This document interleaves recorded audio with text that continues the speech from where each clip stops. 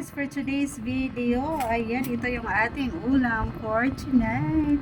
Meron tayong chicken inasal guys, chicken grilled, and then ayan, yung mangga natin napakasarap. Ayan po, talaga naman nakakatakam to guys. Ayan, mangga pa lang ulam niya. Mangga. Maasim-asim siya guys na matamis. Ayan, parang ako guys. Ang sarap-sarap. Ayan o, yung ating chicken. Napakasarap guys. Talagang sira na naman yung aking diet nito.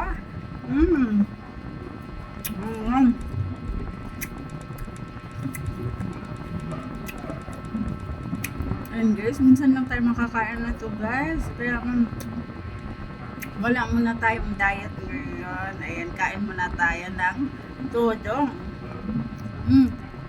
Yung ating chicken, papakin natin guys. Ayan, papakin lang natin yung chicken natin. Ayan, konting rice lang guys. Tapos, ulam na tayo. Ayan. Ayan, paggabi na po guys.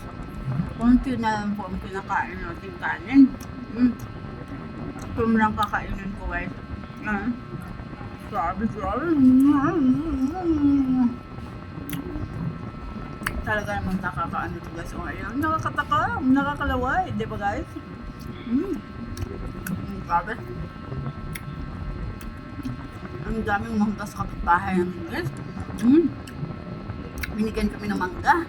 Diba? Yung puno nila guys, ang daming bunga. O diba? Nakalibre tayo. Nakalibre tayo na mangga. Ang sarap.